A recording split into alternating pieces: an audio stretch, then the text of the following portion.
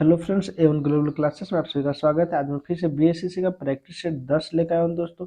इसमें हम लोग 75 प्रश्नों का अध्ययन करेंगे। 75 प्रश्न जीके, जीएस और करंट अफेयर से संबंधित प्रश्न होंगे। दोस्तों, अगर हमारे चैनल का आपने अभी तक सब्सक्राइब नहीं किया तो जल्द से सब्सक्राइब कर लीजिए। चलिए बिना देरी के शुरू करते हैं आज का पहला प्रश्न। आज का पहला प्रश्न है कि 12वीं राष्ट्रीय सब जूनियर महिला हॉकी चैंपियनशिप 2022 का खिताब किस राज्य ने जीता? ऑप्शन है असम ने, हरियाणा ने, राजस्थान, गोवा। तो इसका सही उत्तर हो जाएगा ऑप्शन बी, हरियाणा राज्य ने जीता है। अगला प्रश्न है कि हाल ही में प्रकाशित पुस्तक द लाइट ऑफ एशिया किसके द्वारा लिखी गई है? ऑप्शन है जयराम रमेश, रमेश पोखरियाल, जयशंकर प्रसाद, अरुंधति राय। तो इसका सही उत्तर हो जाएगा ऑप्शन ए, जय जयराम रमेश जो है द लाइट ऑफ एशिया पुस्तक के लेखक की हैं। अगला प्रश्न है कि किस राज्य की सुर सरोवर झील को रामसर स्थल का दर्जा दिया गया है? ऑप्शन दिया महाराष्ट्र, राजस्थान, उत्तर प्रदेश या गुजरात। तो इसका सही उत्तर हो जाएगा ऑप्शन सी, उत्तर प्रदेश राज्य के सुर सरोवर झील को रामसर स्थल प्रदान हुआ है। अगला प्रश्न कि हाल ही में त्रिपुरा के नए मुख्यमंत्री के रूप में किसे चुना गया है? ऑप्शन है मनिक शाह, विप्लव देव, राजीव पंत या इनमें से कोई नहीं। तो इसका सही उत्तर हो जाएगा ऑप्शन है मनिक शाह को त्रिपुरा का मुख्यमंत्री चुना गया है। अगला प्रश्न है कि किसी व्यक्ति को वर्ष 2021 का सुभाष चंद्र बोस आपदा प्रबंधन पुरस्कार मिला है। तो वर्ष 2021 की बात किया जा रहा है कि सुभाष चंद्र बोस आपदा प्रबंधन पुरस्कार किसे मिला है? ऑप्शन है JP Joshi, Ram Mohan Rao, R S Sharma, Rajendra Kumar Bhandari. तो इसका सही उत्तर हो जाएगा ऑप्शन डी, राजेंद्र कुमार भंडारी को 2021 का सुभाष चंद्र बोस आपदा प्रबंधन पुरस्कार दिया गया है। अगला प्रश्न, देश का पहला अनाज एटीएम पायलट परियोजना के रूप में किस शहर में स्थापित किया गया है? ऑप्शन है वाराणसी, इंदौर, सूरत, गुरुग्राम, हरियाणा। तो इसका सही उत्तर हो जाएगा ऑप्शन डी, गुरुग्राम हरियाणा में अनाज एटीएम परियोजना की शुरुआत की गई है।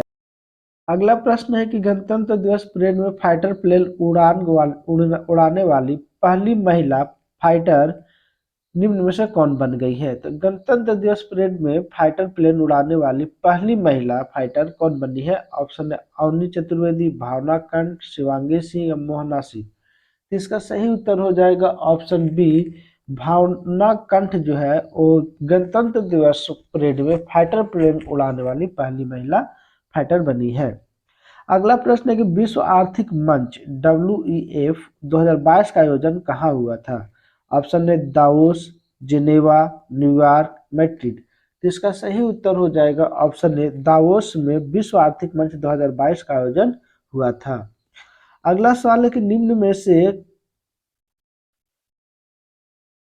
किस बैंक द्वारा आत्मनिर्भर महिला योजना की शुरुआत की गई है? ऑप्शन है Bharatiya state bank, Punjab national bank, bank of Baroda, bank of India. तो इसका सही उत्तर हो जाएगा option C, bank of Baroda के द्वारा आत्मनिर्भर आत्मनिर्भर महिला योजना की शुरुआत की गई है। अगला प्रश्न है कि हाल ही में इजराइल में दूतावास स्थापित करने वाला पहला खाड़ी देश कौन बना है? ऑप्शन है बहरीन, कुवैत, कतर या संयुक्त अरब अमीरात।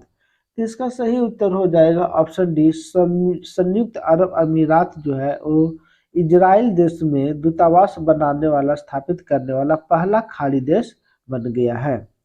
अगला प्रश्न है कि जब कोई वस्तु वृत्तीय पथ पर गति करती है तो घूर्णन करती हुई वस्तु पर केंद्र की ओर लगने वाला बल क्या कहलाता है? ऑप्शन है अपकेंद्री बल, अभिकेंद्री बल, गुरुत्वाकर्षण बल या ए बी दोनों। तो इसका सही उत्तर हो जाएगा ऑप्शन बी, अभिकेंद्री बल कहलाता है। अगला प्रश्न है कि किसी वस्तु को एक निश्चित ऊंचाई से भूमि पर गिराया जाता है, जब वह वस्तु भूमि को छूती है तब उनमें कौन सी ऊर्जा निहित होगी? ऑप्शन है तापीय ऊर्जा, गतिज ऊर्जा, स्थितिज ऊर्जा या रासायनिक ऊर्जा। तो इसका सही उत्तर हो जाएगा ऑप्शन बी, गतिज ऊर्जा स्थित होगी, क्योंकि जब कोई वस्तु ऊपर से नीचे गिरेगा तो गतिज ऊर्जा में रहेगा। अगला प्रश्न है कि बादलों का रंग सफेद होने का किस कारण दिखाई देता है। तो बादलों का रंग जो सफेद है वो किस कारण दिखाई पड़ता है। ऑप्शन है विकिरण के कारण, प्रकाश के अपवर्तन के कारण, प्रकाश के परावर्तन के कारण या प्रकाश के परिकिरण के कारण। तो इसका सही उत्तर हो जाएगा ऑप्शन डी, प्रकाश के परिकिरण के कारण बादलों का रंग जो है वो सफेद दिखाई पड़ता है। और जो लाल रंग की बात करें तो लाल रंग प्रकाश का परिकिरण के सबसे कम होता है। लाल रंग में परिकिरण जो होता है वो सबसे कम होता है और सबसे ज्यादा परिकिरण किस में होता है, तो बैगनी बैगनी रंग में परिकिरण सबसे ज्यादा होता है। वही नीला रंग में प्रकाश का परिकिरण क्या होता है, सबसे अधिक नीला या बैगनी में सबसे अधिक होता है। और यहाँ पे सफेद रंग दे दिया, यहाँ पे नीला रंग होना चाहिए था कि नीला रंग किस कारण दिखाई पड़ता है, तो प्रकाश के परिकिरण के कारण दिखाई पड़ता है नीला रंग। या सफेद की बात किया जाए कि पूरा व्हाइट कैसे दिखाई देता है, तो प्रकाश के परिकिरण के कारण दिखाई पड़ता है। अगला सवाल है कि चालक तार की पीवीसी द्वारा कोटिंग करके रोका जाता है। ऑप्शन है ओवरलोडिंग, फ्यूजिंग, शॉर्ट सर्किट या रिसाव ड्रिपिंग के कारण। तो इसका सही उत्तर हो जाएगा ऑप्शन सी, शॉर्ट सर्किट के द्वारा रोका जाता है। शॉर्ट सर्किट के द्वारा रोका जाता है। पीवीसी जो होता है वो शॉर्ट सर्किट को रोकने का कार्य करता है। अगला प्रश्न है कि एक फेम्टो बराबर होता है, एक फेम्टो बराबर होता है। ऑप्शन दिया 10 के पावर -15, 10 के पावर -12, 10 के पावर 18, 10 के पावर 15। तो इसका सही उत्तर हो जाएगा ऑप्शन ए, 10 के पावर -15 होता है एक फेम्टो बराबर। 10 के पावर -12 ये किसका होता है, तो एक पीको बराबर 10 के पावर -12 होता है। वही 10 के पावर 18 जो है वो एक एक्सा के बराबर है। एक एक्सा बराबर कितना होता है, एक एक्सा बराबर कितना होता है, 10 के पावर 18 होता है। 10 के पावर सिर्फ 15 किसका होता है, तो एक पेटा बराबर 10 के पावर 15 होता है। ये खत्म। अगला प्रश्न है कि एक वस्तु अपनी स्थिर अवस्था में से चलना आरंभ करती है, यह 2 सेकंड में 5 मीटर प्रति सेकंड की गति प्राप्त कर लेती है, इसका त्वरण क्या होगा। इसका सही उत्तर हो जाएगा ऑप्शन सी, 2.5 मीटर प्रति सेकंड स्क्वायर होगा। अगला प्रश्न है कि बल और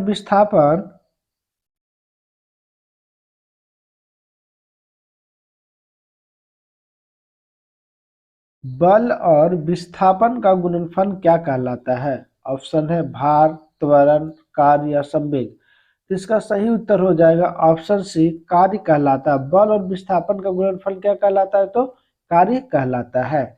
अगला प्रश्न कि 1 किलोवाट घंटा बराबर कितना होता है। तो 1 किलोवाट घंटा बराबर कितना होता है, तो इसका सही उत्तर हो जाएगा ऑप्शन डी, 3.6 गुने 10 के पावर 6 जूल होता है। अगला प्रश्न है कि न्यायपूर्ण विवरण एवं समानता के साथ विकास किस पंचवर्षीय योजना का सर्वोच्च प्राथमिकता थी। न्यायपूर्ण वितरण एवं समानता के साथ विकास किस पंचवर्षीय योजना की सर्वोच्च प्राथमिकता थी। तो इसका सही उत्तर हो जाएगा ऑप्शन बी, 9वीं पंचवर्षीय योजना का ये सर्वोच्च प्राथमिकता थी। और 9वीं पंचवर्षीय योजना जो है दोस्तों 1997 से लेकर के 2002 ईस्वी तक चला था। अगला प्रश्न है कि आयुष्मान भारत स्वास्थ्य योजना में निम्नलिखित में से कौन सी योजना सम्मिलित हुई है। तो इसका सही उत्तर हो जाएगा ऑप्शन डी, ए और बी दोनों सम्मिलित हुए। राष्ट्रीय स्वास्थ्य बीमा योजना और वरिष्ठ नागरिक स्वास्थ्य बीमा योजना को शामिल किया गया है आयुष्मान भारत स्वास्थ्य योजना के अंतर्गत। अगला प्रश्न है कि सार्वजनिक वितरण प्रणाली पीडीएस का संचालन किसके द्वारा किया जाता है। पीडीएस का संचालन किसके द्वारा किया जाता है। ऑप्शन दिया केंद्र सरकार, राज्य सरकार, केंद्र और राज्य सरकार दोनों या इनमें से कोई नहीं। इसका सही उत्तर हो जाएगा ऑप्शन सी, केंद्र और राज्य सरकार द्वारा मिलकर के पीडीएस प्रणाली का संचालन किया जाता है।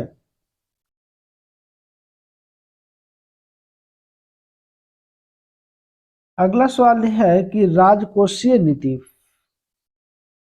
का संचालन किसके द्वारा किया जाता है। राजकोषीय नीति का संचालन किसके द्वारा किया जाता है। एनएसओ के द्वारा, आरबीआई के द्वारा, नीति आयोग के द्वारा या वित्त मंत्रालय के द्वारा। तो इसका सही उत्तर हो जाएगा ऑप्शन डी, वित्त मंत्रालय के द्वारा राजकोषीय नीति का संचालन किया जाता है।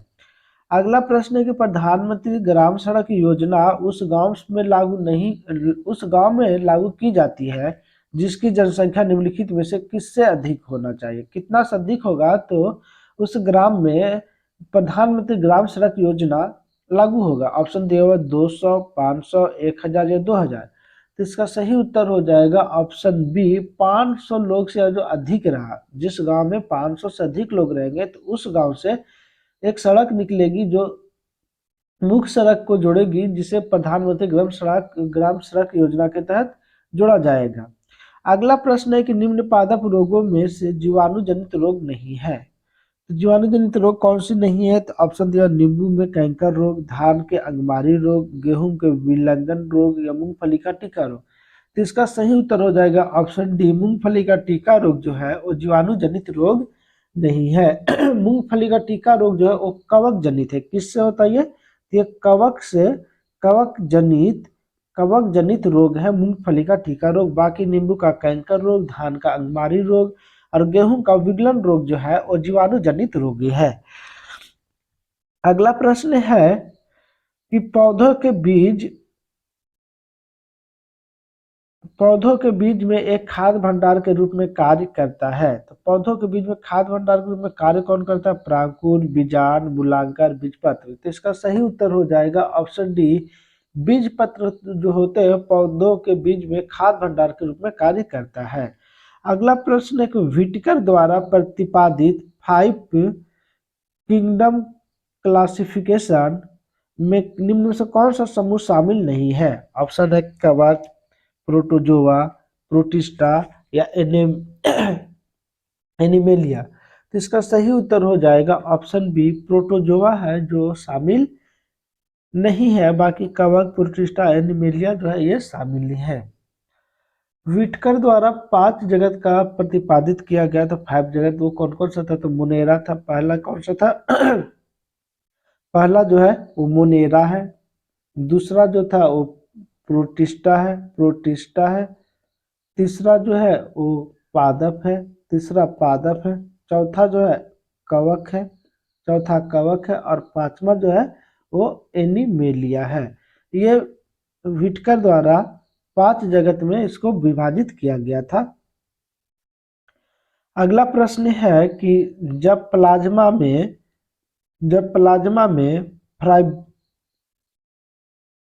फाइब्रिनोजन नामक प्रोटीन निकाल लिया जाता है तो शेष प्लाज्मा को क्या कहा जाता है। ऑप्शन है सेरम, प्लेटलेट्स, ल्यूकोसाइट्स, हिपेटिन। तो इसका सही उत्तर हो जाएगा ऑप्शन है सेरम कहा जाता है। अगला सवाल, निम्न में से कौन सा विषाणु जनित रोग नहीं है। ऑप्शन है इन्फ्लुएंजा, हेपेटाइटिस, पेचिस या बीसी दोनों। तो इसका सही उत्तर हो जाएगा ऑप्शन सी, पेचिस जो है वो विषाणु जनित रोग नहीं है। अगला प्रश्न, निम्न में से कौन सा युग्म सही सुमेलित नहीं है। ऑप्शन दिया हुआ है कि विटामिन डी से रिकेटस बीमारी होता है। तो बिल्कुल सही, विटामिन डी के कमी के कारण रिकेटस बीमारी होता है। ऑप्शन दिया विटामिन सी के कारण मसूड़ों से रक्त आना है। ये भी बिल्कुल सही है। विटामिन ए के द्वारा गठिया होता है। तो ये बिल्कुल गलत है। विटामिन बी1 के कारण बेरी होता है। तो ये भी बिल्कुल सही है। यहाँ पे कारण कौन सुमेलित नहीं है। तो ऑप्शन सी जो है वो सुमेलित नहीं है। विटामिन ए के कारण कौन सा रोग होता है। तो रतौंधी रोग जो है वो विटामिन ए के कमी के कारण होता है। अगला प्रश्न है कि निम्नलिखित में से कौन सा कोशिका के आत्मघाती आत्महत्या बैग के रूप में जाना जाता है। तो लाइसोसोम, प्लास्टिड्स, गोल्गी का, तारका। तो इसका सही उत्तर हो जाएगा ऑप्शन ए, लाइसोसोम को कोशिका का आत्महत्या का थैली या आत्मघाती बैग कहा जाता है। अगला सवाल है कि मानव शरीर में प्रोटीन का पाचन निम्नलिखित में से किस अंग में शुरू होता है। तो प्रोटीन का पाचन किस अंग में शुरू होता है। ऑप्शन दिया जिगर में, मुंह में, छोटी आंत में या आमाशय में। तो तो इसका सही उत्तर हो जाएगा ऑप्शन डी, अमाशय में प्रोटीन का पाचन शुरू होता है। अगला प्रश्न है कि निम्नलिखित में से कौन सा पौधा और फसलों का एक बृहद पोषक तत्व है। ऑप्शन दिया मैग्नीज, मैग्नीशियम, जस्ता या बोरॉन। तो इसका सही उत्तर हो जाएगा ऑप्शन बी, मैग्नीशियम जो है वो फसलों का बृहत्तम पोषक तत्व है। अगला प्रश्न है कि निम्नलिखित में से कौन सा पुरुष प्रजनन प्रणाली मानव में पुरुष प्रजनन प्रणाली का हिस्सा नहीं है। पुरुष प्रजनन प्रणाली का हिस्सा नहीं है। ऑप्शन दो अंडकोश, वृषण, शुक्रवाहिका, अंडाशय। तो इसका सही उत्तर हो जाएगा ऑप्शन डी, अंडाशय जो है वो मानव में पुरुषों का प्रजनन, यहाँ पे बात करेंगे पुरुषों को पुरुष प्रजनन प्रणाली, तो अंडाशय जो है वो महिलाओं में पाया जाता है, पुरुषों में नहीं पाया जाता है। अगला प्रश्न है कि निम्नलिखित में से किस स्थान पर मिर्जा गुलाम अहमद द्वारा अहमदिया आंदोलन प्रारंभ किया गया था। ऑप्शन है पटना, दिल्ली, आगरा या गुरदासपुर। तो इसका सही उत्तर हो जाएगा ऑप्शन डी, गुरदासपुर में शुरू किया गया था। अगला प्रश्न है कि कलकत्ता में 1939-40 के दौरान सुभाष चंद्र बोस ने हालवेल स्मारक को नष्ट करने के लिए किसके साथ मैत्री किया था या दोस्ती किया था। तो इसका सही उत्तर हो जाएगा ऑप्शन है मुस्लिम लीग के साथ। अगला प्रश्न एक निम्न में से किसके द्वारा 1920 ईस्वी में प्रथम all India trade union Congress की स्थापना की गई थी। तो इसका सही उत्तर हो जाएगा ऑप्शन सी, एन जोशी। अगला प्रश्न है कि सप्त क्रांति या 7 क्रांतियों का समाजवादी विचार किसके द्वारा प्रस्तावित किया गया था। ऑप्शन है जयप्रकाश नारायण, जवाहरलाल नेहरू, राममनोहर लोहिया, एम.जी. रनौड़े। इसका सही उत्तर हो जाएगा ऑप्शन सी, राम मनोहर लोहिया के द्वारा सप्त क्रांति या 7 क्रांतियों का समाजवादी विचार प्रस्तुत किया गया था। अगला सवाल है कि निम्नलिखित में से किसके द्वारा द फिलॉसफी ऑफ द बम लिखा गया है। द फिलॉसफी ऑफ द बम किसके द्वारा लिखा गया। ऑप्शन है भगत सिंह, भगवती चरण बोहरा, चंद्रशेखर आजाद या सुखदेव। तो इसका सही उत्तर हो जाएगा ऑप्शन बी, भगवती चरण बोहरा के द्वारा द फिलॉसफी ऑफ द बम लिखा गया है।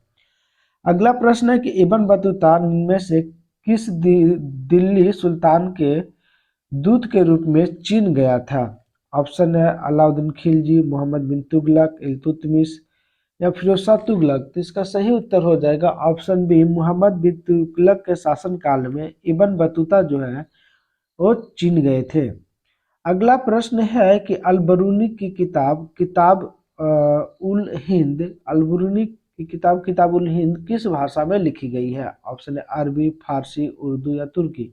तो इसका सही उत्तर हो जाएगा ऑप्शन है अरबी भाषा में अलबरूनी द्वारा किताब उल हिंद लिखी गई है।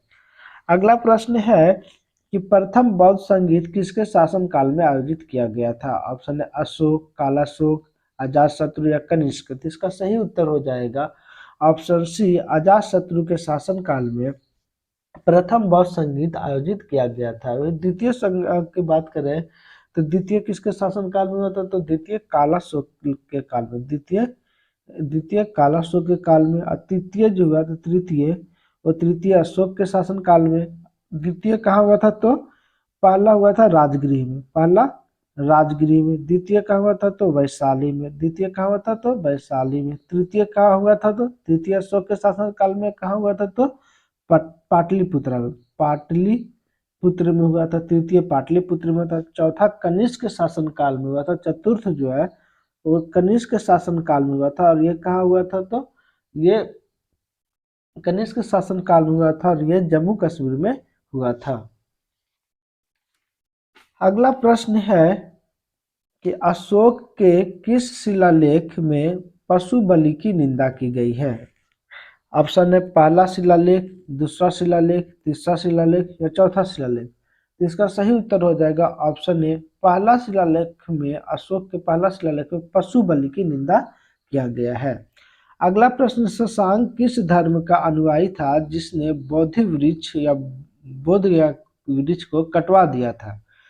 ऑप्शन है शैव धर्म का, जैन धर्म का, बुद्ध धर्म का, वैष्णव धर्म का। इसका सही उत्तर हो जाएगा ऑप्शन है शैव धर्म के शासक था जिसने बोधि वृक्ष को कटवा दिया था। अगला प्रश्न है कि निम्नलिखित में से किसे शांत घाटियों का देश किसे शांत घाटियों का देश कहा जाता है? ऑप्शन है लेसोथो, जापान, मिस्र, नाइजीरिया। इसका सही उत्तर हो जाएगा ऑप्शन है लेसोथो को शांत घाटियों का देश कहा जाता है। अगला प्रश्न है कि मिसिसिपी नदी कहाँ से निकलती है? तो मिसिसिपी नदी कहाँ से निकलती है? ऑप्शन है रॉकीज पर्वत, सुपीरियर झील, ऑन्टेरियो झील या लॉरेंस पठार से। तो इसका सही उत्तर हो जाएगा ऑप्शन बी, सुपीरियर झील से मिसिसिपी नदी निकलती है। अगला प्रश्न है कि अंडमान निकोबार द्वीप समूह का सबसे उत्तरी द्वीप कौन सा है? ऑप्शन है उत्तरी अंडमान, नारकोडम द्वीप, लैंडफॉल द्वीप या लॉन्ग द्वीप। तो इसका सही उत्तर हो जाएगा ऑप्शन सी, लैंडफॉल द्वीप जो है वो अंडमान निकोबार द्वीप समूह का सबसे उत्तरी द्वीप है। अगला प्रश्न निम्नलिखित में से किन्हें पूर्ववर्ती नदी या नदियां कहा जाता है? ऑप्शन है सिंधु, सतलज, ब्रह्मपुत्र और उपरोक्त में से सभी। तो इसका सही उत्तर हो जाएगा ऑप्शन डी, उपरोक्त में से सभी को पूर्ववर्ती नदी या नदियां कहा जाता है, सिंधु नदी को, सतलज नदी को और ब्रह्मपुत्र नदी को। अगला सवाल है कि विश्व में सर्वाधिक स्वर्ण खान भंडार किस देश के पास से है? ऑप्शन है दक्षिण अफ्रीका, चीन, संयुक्त राज्य अमेरिका, ऑस्ट्रेलिया। तो इसका सही उत्तर हो जाएगा ऑप्शन डी, ऑस्ट्रेलिया के पास विश्व में सर्वाधिक स्वर्ण भंडार अभी प्रेजेंट में है। ऑस्ट्रेलिया के पास स्वर्ण भंडार जो है वो 10,000 टन है। कितना है? तो 10,000 टन ऑस्ट्रेलिया के पास है। वही दक्षिण अफ्रीका के बात करें तो दक्षिण अफ्रीका के पास 5300 टन स्वर्ण भंडार है। वही रूस जो है वो तीसरे स्थान पे है, रूस के पास 3200 टन स्वर्ण भंडार है। अगला प्रश्न है कि परीक्षा बांध किस नदी पर बनाया गया है? परीक्षा बांध किस नदी पर बनाया गया है? ऑप्शन है चंबल, बेतवा, नर्मदा या गंगा। तो इसका सही उत्तर हो जाएगा ऑप्शन बी, बेतवा नदी पर परीक्षा बांध बनाया गया है। अगला प्रश्न है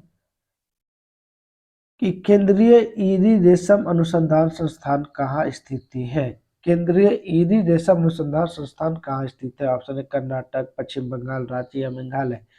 तो इसका सही उत्तर हो जाएगा ऑप्शन डी, मेघालय के दृष्टि से तो गोवा है। अगला प्रश्न है कि प्रकृति की ओर लौटो का नारा किसने दिया था? प्रकृति की ओर लौटो, गो बैक टू नेचर के नारा किसने दिया था? ऑप्शन है रूसो, लॉक, अरस्तु या स्वामी दयानंद सरस्वती। तो इसका सही उत्तर हो जाएगा ऑप्शन ए, रूसो के द्वारा प्रकृति की ओर लौटो के नारा दिया गया था। अगला सवाल है कि भारत में राष्ट्रीय खेल किस तिथि को मनाया जाता है? तो भारत का राष्ट्रीय खेल किस तिथि को मनाया जाता है? ऑप्शन है 29 सितंबर, 29 अक्टूबर, 29 नवंबर या 29 अगस्त। तो इसका सही उत्तर हो जाएगा ऑप्शन डी, 29 अगस्त को भारत में राष्ट्रीय खेल दिवस मनाया जाता है। ये किसके जन्म दिवस के अवसर पर मनाया जाता है? तो मेजर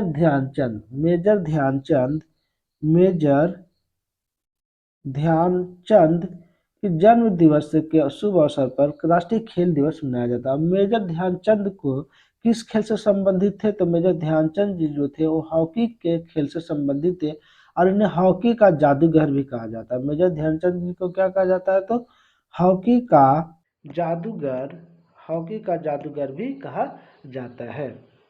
और इन्हीं के जन्म दिवस के शुभ अवसर पर प्रत्येक वर्ष 29 अगस्त को राष्ट्रीय खेल दिवस मनाया जाता है। अगला प्रश्न है कि बुद्ध चरित्रम पुस्तक के लेखक निम्नलिखित में से कौन है? बुद्ध चरित्रम पुस्तक के लेखक कौन है? तो कालिदास ऑप्शन दिया हुआ, वानभट्ट दिया हुआ, अश्वघोष दिया हुआ, तात्यायन दिया हुआ। तो इसका सही उत्तर हो जाएगा ऑप्शन सी, अश्वघोष जो है वो बुद्ध चरित्रम पुस्तक के लेखक की है। अगला प्रश्न है कि नौसेना दिवस कब मनाया जाता है? तो नौसेना दिवस कब मनाया जाता है? ऑप्शन दिया हुआ है 8 अक्टूबर, 4 दिसंबर, 7 दिसंबर या 15 जनवरी। तो इसका सही उत्तर हो जाएगा ऑप्शन बी, 4 दिसंबर को नौसेना दिवस मनाया जाता है। नौसेना दिवस कब मनाया जाता है? तो 4 दिसंबर को मनाया जाता है। वही 8 अक्टूबर की बात करें तो 8 अक्टूबर को वायु सेना दिवस के रूप में 8 अक्टूबर को मनाते हैं। वायु सेना दिवस 8 अक्टूबर को मनाते हैं। वही 15 जनवरी की बात करें तो थल सेना दिवस जो है वो 15 जनवरी को मनाया जाता है। 7 दिसंबर की बात करें तो झंडा दिवस मनाते हैं। 7 दिसंबर को क्या मनाते हैं तो झंडा दिवस के रूप में मनाते हैं। ये सशस्त्र बलों का झंडा दिवस के रूप में इसे मनाया जाता है। अगला प्रश्न है कि भारतीय संविधान के किस अनुच्छेद में अंतर्राष्ट्रीय शांति और सुरक्षा तथा भारत के विदेशी नीति का वर्णन किया गया है। ऑप्शन दिया अनुच्छेद 44, अनुच्छेद 48 से, अनुच्छेद 49 या अनुच्छेद 51। तो इसका सही उत्तर हो जाएगा ऑप्शन डी, अनुच्छेद 51 में अंतर्राष्ट्रीय शांति और सुरक्षा तथा भारत के विदेशी नीति का वर्णन किया गया है। अगला प्रश्न है, अच्छा इस बात कर लेते अनुच्छेद 48 एक है, तो ये पर्यावरण संरक्षण संवर्धन और वन जीव सुरक्षा से संबंधित है। अनुच्छेद 48 या अनुच्छेद 44 जो है समान नागरिक संहिता का वर्णन करता है। अगला प्रश्न है कि निम्नलिखित में से सबसे कम अवधि तक राष्ट्रपति कौन रहे हैं। सबसे कम अवधि तक राष्ट्रपति कौन रहे, तो ऑप्शन ए सही हो जाएगा। डॉक्टर जाकिर हुसैन जी जो है वो सबसे कम अवधि तक राष्ट्रपति के पद पे रहे थे। राष्ट्रपति के पद पर रहते हुए इनका डॉक्टर जाकिर हुसैन तथा फखरुद्दीन अहमद का निधन हो गया था। डॉक्टर जाकिर हुसैन का कार्य अवधि की बात कर ले तो 1 वर्ष 11 माह राष्ट्रपति के पद पर रहे थे। अगला प्रश्न है कि देश में अब तक कुल कितने प्रधानमंत्री हुए जो प्रधानमंत्री होने से पूर्व किसी राज्य के मुख्यमंत्री थे। तो ऑप्शन दिया 4, 5, 6 या 7। तो इसका सही उत्तर हो जाएगा 6 ऐसे प्रधानमंत्री हुए जो भारत के प्रधानमंत्री बनने से पहले किसी राज्य के मुख्यमंत्री रहे हैं। तो इसके विश्लेषण कर लेते हैं थोड़ा सा। 6 कौन कौन से थे। पहला जो थे वो मोरारजी देसाई जी थे। पहला मोरारजी देसाई थे। पहला मोरारजी देसाई थे। ये कहाँ के मुख्यमंत्री थे तो महाराष्ट्र राज्य के मुख्यमंत्री थे और बाद में भारत के प्रधानमंत्री बने। दूसरा थे चौधरी चरण सिंह। ये उत्तर प्रदेश के प्रधानमंत्री थे और भारत के प्रधानमंत्री बने। तीसरा थे विश्वनाथ प्रताप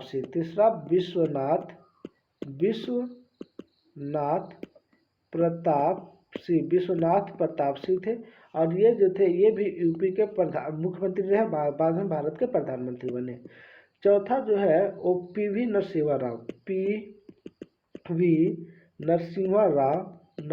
राव भी प्रधानमंत्री बने और ये आंध्र प्रदेश के मुख्यमंत्री रहे, बाद में भारत के प्रधानमंत्री बने। पांचवा बात करें तो पांचवा एच डी देवगौड़ा जी थे जो कर्नाटक राज्य के मुख्यमंत्री थे और बाद में भारत के प्रधानमंत्री बने। और छठा जो वर्तमान में स्थित है नरेंद्र मोदी जी जो गुजरात राज्य के मुख्यमंत्री और अभी प्रेजेंट में भारत के प्रधानमंत्री हैं। अगला सवाल है कि भारत में मूल संविधान में लोकसभा के सदस्यों की संख्या कितनी निश्चित की गई थी। यहाँ पर बात किया गया भारत के मूल संविधान में लोकसभा की सदस्यों की संख्या कितनी निश्चित की गई थी। ऑप्शन है 525, 543, 552, 500। इसका सही उत्तर हो जाएगा ऑप्शन डी। मूल संविधान में भारत में लोकसभा सदस्यों की संख्या 500 तय की गई थी कि 500 होंगे। अगला प्रश्न है कि भारतीय संसद के द्वितीय या उच्च सदन का गठन कब हुआ था। द्वितीय या उच्च सदन का गठन कब हुआ था। ऑप्शन है 15 अगस्त 1947, 26 जनवरी 1950, 3 अप्रैल 1952, 26 जनवरी 1952। तो इसका सही उत्तर हो जाएगा ऑप्शन सी, 3 अप्रैल 1952 ईस्वी को भारत की संसद द्वारा द्वितीय सदन या उच्च सदन का गठन किया गया था। अगला प्रश्न है कि भारत में संसदीय प्रश्न पूछे जाने का प्रक्रिया सर्वप्रथम किस अधिनियम द्वारा शुरू की गई। तो इसका सही उत्तर हो जाएगा ऑप्शन बी, भारतीय परिषद अधिनियम 1892 के अंतर्गत। अगला सवाल यह है कि भारत के संसद में सम्मिलित आपातकालीन उपबंध किस देश के संविधान से लिया गया है? सम्मिलित आपातकालीन उपबंध जो है किस देश के संविधान से लिया गया है? ऑप्शन है ब्रिटेन, जापान, जर्मनी या दक्षिण अफ्रीका। तो इसका सही उत्तर हो जाएगा ऑप्शन सी, जर्मनी देश के संविधान से सम्मिलित आपातकालीन उपबंध को लिया गया है। अगला प्रश्न है कि नेहरू द्वारा प्रस्तुत उद्देश्य प्रस्ताव संविधान सभा द्वारा कब स्वीकृत किया गया? तो इसका सही उत्तर हो जाएगा ऑप्शन बी, 22 जनवरी 1947 ईस्वी को संविधान सभा द्वारा उद्देश्य का प्रस्ताव स्वीकृत किया गया था। उद्देशिका का प्रस्ताव स्वीकृत किया गया था। अगला प्रश्न निम्नलिखित में से किसमें ऋणात्मक आवेश होती है? किसमें ऋणात्मक आवेश होती है? ऑप्शन दे, अल्फा किरण, अल्फा कण, बीटा कण या गामा कण। तो इसका सही उत्तर हो जाएगा option B, option C beta कण में ऋणात्मक आवेश होती है। बीटा कण में ऋणात्मक आवेश होती है। अगला प्रश्न है कि MnO2 में मैग्नीशियम की ऑक्सीकारक संख्या कितनी है? MnO2 में मैग्नीशियम की ऑक्सीकारक संख्या कितनी है? तो इसका सही उत्तर हो जाएगा ऑप्शन डी, 4 है। अगला प्रश्न निम्नलिखित में से कौन मूल तत्व है? ऑप्शन ए रेत, हीरा, संगमरमर या शक्कर। तो हीरा जो है ये मूल तत्व है। हीरा कौन सा है? तो हीरा एक मूल तत्व है। अगला प्रश्न है कि माणिक्य या नीलम रासायनिक रूप से कैसे जाने जाते हैं? माणिक्य या नीलम रासायनिक रूप से कैसे जाने जाते हैं? तो इसका सही उत्तर हो जाएगा एल्युमिनियम ऑक्साइड के रूप में जाने जाते हैं। अगला प्रश्न, निम्नलिखित ईंधनों में से कौन सा न्यूनतम वायु प्रदूषण करता है? न्यूनतम वायु प्रदूषण करता है। ऑप्शन है मिट्टी, तेल, डीजल, हाइड्रोजन या कोयला। तो इसका सही उत्तर हो जाएगा ऑप्शन सी, हाइड्रोजन जो है वो न्यूनतम वायु प्रदूषण करता है। अगला प्रश्न है कि पानी जो है आयनिक लवण का सुविलायक है क्योंकि? तो इसका सही उत्तर हो जाएगा ऑप्शन डी, उसका द्विध्रुव आघूर्ण अधिक होता है, इसलिए पानी जो है आण्विक लवण का सुविलायक है। अगला प्रश्न है कि निम्नलिखित में से कौन सा समान ताप पर ठोस अवस्था में रहता है? समान ताप पर ठोस अवस्था में रहता है। ऑप्शन है आयोडीन, फ्लोरीन, ब्रोमीन या क्लोरीन। तो इसका सही उत्तर हो जाएगा ऑप्शन ए, आयोडीन जो है ये समान ताप पर ठोस अवस्था में रहता है। अगला प्रश्न है कि निम्नलिखित में से कौन सी जनजाति दीपावली को शोक त्योहार के रूप में मनाता है? कौन सी जनजाति दीपावली को शोक त्योहार के रूप में मनाता है? ऑप्शन है टोडा, भील, जारवा या थारू। तो इसका सही उत्तर हो जाएगा ऑप्शन डी, थारू जनजाति जो है वो दीपावली को शोक के रूप में मनाते हैं। अगला सवाल है कि सतकोशीय बाघ रिजर्व किस राज्य में स्थित है? ऑप्शन है उड़ीसा, तमिलनाडु, मध्य प्रदेश, महाराष्ट्र। तो इसका सही उत्तर हो जाएगा ऑप्शन ए, ओडिशा राज्य में सतकोशीय बाघ रिजर्व स्थित है। बिहार में एकमात्र बाघ रिजर्व है वाल्मीकि टाइगर रिजर्व स्थित है, जो पश्चिमी चंपारण में स्थित है। अगला सवाल है कि निम्नलिखित में कौन सा मिलान सही नहीं है? कौन सा मिलान सही नहीं है? यहाँ पे एक तरफ देश दिया हुआ, एक तरफ घास का मैदान दिया हुआ, एक तरफ देश दिया और एक तरफ घास का मैदान दिया हुआ है। तो ब्राजील में कैंपास घास का मैदान पाया जाता है, तो बिल्कुल सही। हंगरी में पुस्ताद घास का मैदान पाया जाता है, ये बिल्कुल सही। ऑस्ट्रेलिया में वेल्ड पाया जाता है, तो ये बिल्कुल गलत है। अफ्रीका में सवाना पाया जाता है, तो ये बिल्कुल सही है। ऑस्ट्रेलिया में कौन से घास का मैदान पाया जाता है? तो डॉन्स घास का मैदान जो है ऑस्ट्रेलिया में पाया जाता है। डॉन्स घास का मैदान ऑस्ट्रेलिया में पाया जाता है। वेल्ड की बात करें तो वेल्ड जो है ये दक्षिण अफ्रीका में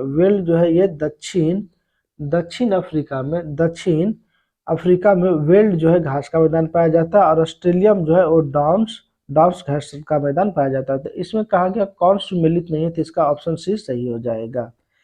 अगला सवाल है कि निम्नलिखित में से कौन ग्रीन हाउस प्रभाव से में योगदान नहीं करता। कौन सी गैस जो ग्रीन हाउस प्रभाव में योगदान नहीं करता। ऑप्शन दिया होगा CH4, SO2, CO2, O3, methane, sulphur dioxide, carbon dioxide या ओजोन। इसका सही उत्तर हो जाएगा ऑप्शन बी, सल्फर डाइऑक्साइड जो है। सल्फर डाइऑक्साइड जो है ग्रीन हाउस गैस में प्रभावित नहीं करता है। सबसे ज्यादा जो बात करें तो कौन सी करता है, तो कार्बन डाइऑक्साइड, मीथेन और ओजोन, ये तीनों जो है ग्रीन हाउस गैस को प्रभावित करता है। अगला प्रश्न है कि सल्फर उत्सर्जन का सबसे बड़ा स्रोत क्या है। सल्फर उत्सर्जन का सबसे बड़ा स्रोत क्या है। सल्फर उत्सर्जन का सबसे बड़ा स्रोत क्या है, तो इसका सही उत्तर हो जाएगा कोयला का दहन जो है, ये सल्फर उत्सर्जन का सबसे बड़ा स्रोत है। धन्यवाद दोस्तों, हमारा वीडियो आप लोग कैसा लगा कमेंट करके जरूर बताएं। दोस्तों अगर हमारे चैनल को आपने अभी तक सब्सक्राइब नहीं किए तो जल्द से जल्द सब्सक्राइब कर लीजिए। चलिए हम लोग फिर से मिलते हैं अगले वीडियो में, तब तक के लिए जय हिंद जय भारत।